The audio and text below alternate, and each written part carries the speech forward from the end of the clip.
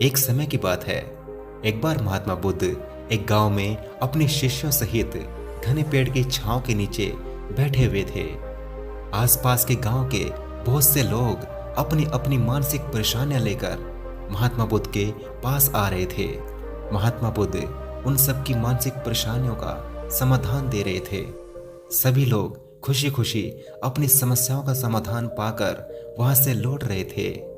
वहीं से कुछ ही दूर बैठा एक दुखी भिखारी खुद की किस्मत को कोसता हुआ बुद्ध के पास जाने वाले लोगों को देखकर यह सोचने लगा कि अभी कुछ ही देर पहले तो ये लोग दुखी मन से मुंह लटकाए उस महात्मा के पास गए थे और अब इतना खुश होकर वापस कैसे लौट रहे हैं। आखिर माजरा क्या है? जरा मैं भी तो जाकर देखूं। आखिर वो महात्मा इन लोगों को ऐसा कौन सा खजाना बांट रहा है जो इनके चेहरे खुशी से लाल हो गए हैं। जब वह दुखी भिखारी कुछ नजदीक गया तो उसने देखा कि ये महात्मा तो लोगों को प्रवचन देकर लोगों के दुख का निवारण कर रहे हैं। यह देखकर भिखारी के मन में भी तीव्र इच्छा हुई, क्यों न मैं भी अपना दुख इस महात्मा को बता दूं। मुझे भी अपने दुख का समाधान अवश्य मिलेगा। बस फिर क्या था, समाधान पाने की लालसा लिए वह भिखारी महात्मा बुद्ध के पास पहुंच गया और हाथ जोड़कर प्रणाम करते हुए बोला, हे महात्मा बुद्ध, मैं भी लोगों की मदद करना चाहता हूं। मेरी बहुत इच्छा है कि मैं लोगों की मदद कर सकूं, लेकिन मैं मदद करूं तो करूं कैसे?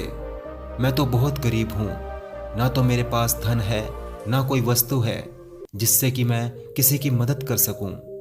मैं चाहकर भी किसी की मदद नहीं कर सकता। मुझे भगवान ने इतना गरीब क्यों बनाया?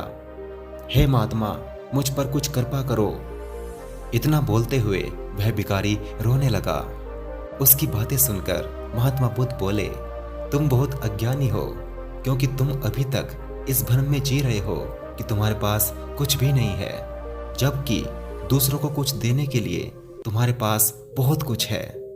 तुम बिना धन और वस्तु के भी दूसरों की मदद कर सकते हो। तुम्हारे पास जुबान है जिससे तुम मीठे शब्द बोलकर किसी के दुखी चेहरे पर मुस्कान ला सकते हो। इन्हीं शब्दों की ताकत से तुम किसी के भी टूटते हुए हौसले को फिर से मजबूत कर सकते हो। इन्हीं शब्दों की ताकत से तुम किसी के भी मन में सकारात्मक विचारधारा के बीज बो सकते हो, उसको गलत रास्ते पर जाने से रोक सकते हो। तुम्हारे पास दो हाथ हैं जिसे तुम किसी भी कमजोर और लाचार की मदद कर सकते हो। तुम्हारे पास दो आंखें हैं जिससे तुम किसी अंधे को रास्ता दिखा सकते हो। तुम किसी के लिए भी दुआ कर सकते हो सकता है तुम्हारी दुआ से किसी के बिगड़े काम फिर से बन जाए। तुम किसी के अच्छी सेहत की कामना कर सकते हो, लेकिन अज्ञानतावश तुम अभी तक इस बात को समझ ही नहीं पाए और अभी तक इस भ्रम में जीते रहे कि तुम्हारे पास मदद करने के लिए कुछ है ही नहीं। किसी की भी मदद करने के लिए धन और वस्तु का होना अनिवार्य नहीं है।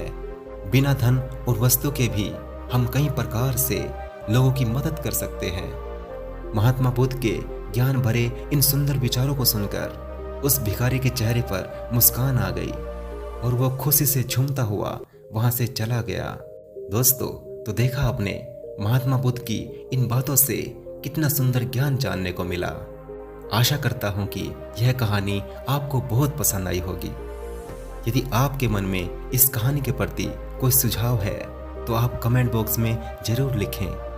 कहानी अच्छी लगी हो तो वीडियो को लाइक करें व सभी दोस्तों के साथ जरूर शेयर करें। वीडियो को अंत तक देखने के लिए आप सभी का तहे दिल से बहुत बहुत धन्यवाद।